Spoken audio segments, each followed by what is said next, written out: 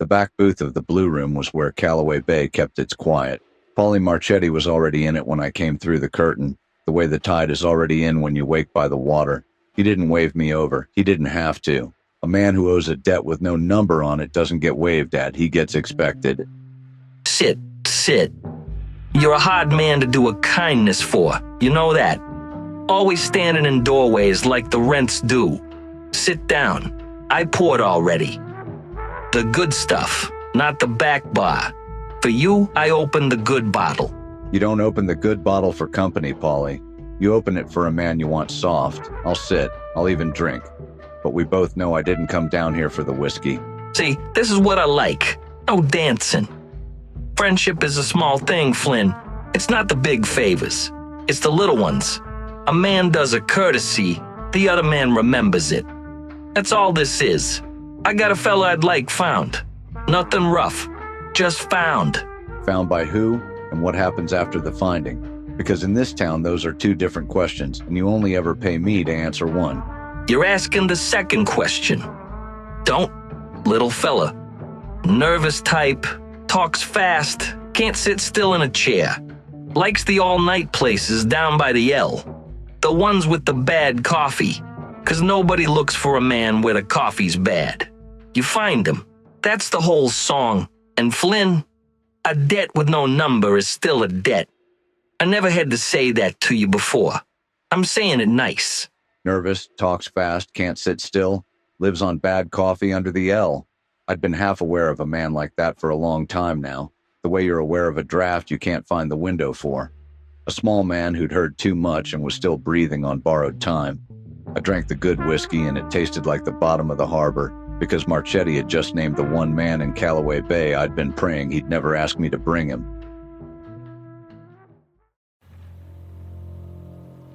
I came back to the office carrying something I didn't want to set down because setting it down meant looking at it.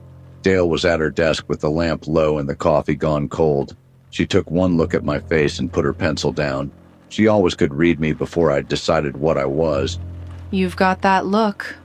The one you get when somebody handed you a job you can't hand back. Sit down before you fall down and tell me what he wanted. And don't say nothing. Nobody ever spends an evening with Pauly Marchetti and comes home with nothing. A man. Small. Nervous type. The kind who hears too much in rooms he shouldn't be in. Pauly described him like he was reading off a card. Didn't give me a name. Didn't have to. He knew I'd land on it myself. Small, jumpy, ears too big for his own good. That's half the dockside, but you already stopped listening at half. You went straight to one. So did I.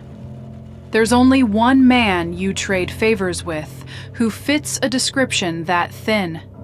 And we both know which stool he warms. It's not just Pauly looking. That new office downtown's running an audit, and it's been pulling on the same thread. Whoever this man overheard, the auditors want him too. Squeeze coming from both ends. He doesn't know it yet, but he's already in a room with no doors. So if Pauly doesn't get him, the audit does. That's the math you've been sitting there doing, and it's why you look sick. You want me to tell you there's no version where you find him and it stays clean? There isn't. Finding him is handing him over, whoever's holding the bag at the end. I keep telling myself I don't know where he is, that I'd have to dig. That's the lie you'd like to keep. But I'm the one who tells you the truth nobody else will. You don't have to dig. You know where he drinks. Same place you found him the last 3 times.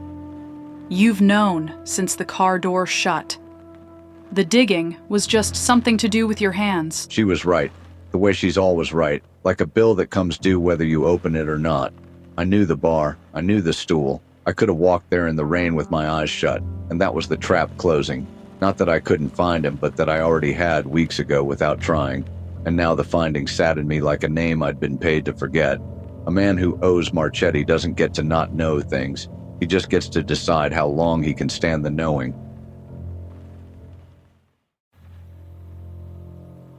She was waiting in the doorway when I came up the stairs, the rain still on her shoulders like she'd worn it on purpose. Not the kind of woman who walks into trouble. The kind trouble walks into and never apologizes after. She had his eyes, the small man's. Same color, same fear, just better hidden. I'm not here to take your time, mister. I know what your time costs. I just heard you're the kind of man who helps. That you found where he's staying.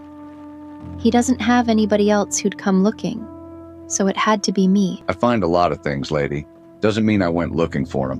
What is he to you? Mine. That's all. He's a small man, and he heard one thing too many, and now he jumps at the L train like it's calling his name. I don't have money. I don't have anything you'd want. But I'd give you whatever's left of me if you just keep him out of it. Keep him safe. I didn't say I could do that. You didn't say you couldn't either. A man who couldn't would have said so by now. You're letting me stand here. That's enough. That's more than this city's given me all year. I should have told her that the thing she was asking me to protect was already half spent. Already promised to a man with a Brooklyn voice and a debt with no number on it, that my silence wasn't mercy, it was arithmetic. But she read my quiet the way the desperate always do, like a yes. She went down the stairs lighter than she came up, the rain parting for her, sure as sunrise that I'd keep a promise I never made. And I stood there holding the only thing worse than a lie, the truth, with nowhere to put it.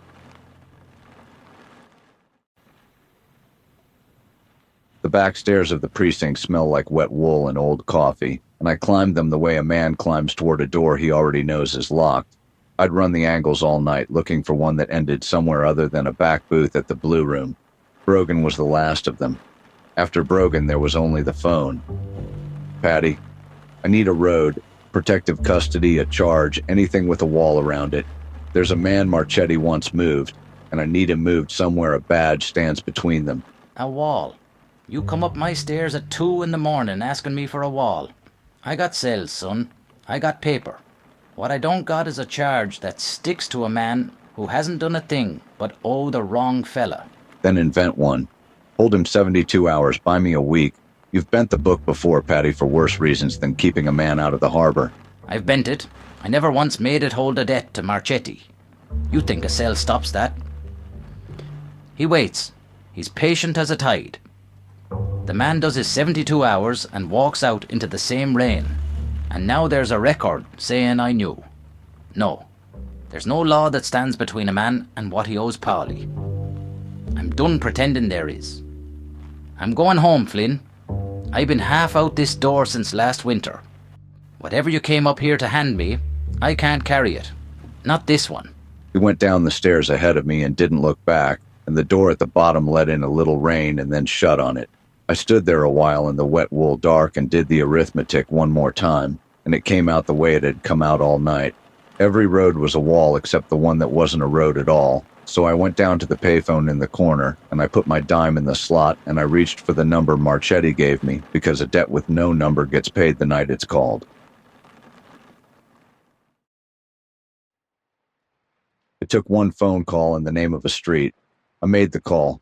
I never saw the rest of it, and that was the mercy in the thing. The only mercy there was. Somewhere across town, a small man stopped carrying what he'd heard, and the city closed over the spot the way the harbor closes over everything, without a ripple. By the time I walked into the Blue Room, there was just the quiet afterward, where a man used to be. There he is. Sit down. Sit down. You want a drink? They'll bring you a drink. I've been meaning to say it to your face. Thank you. You did a thing for me. Quiet, no fuss, and that means something. A man keeps his word. That's the whole game right there. I made a phone call. Don't dress it up. Whatever I owed you, it's square now. We're done. See, that's where you got it backwards. And I like you, so I'm gonna straighten you out. The favor don't clear nothing.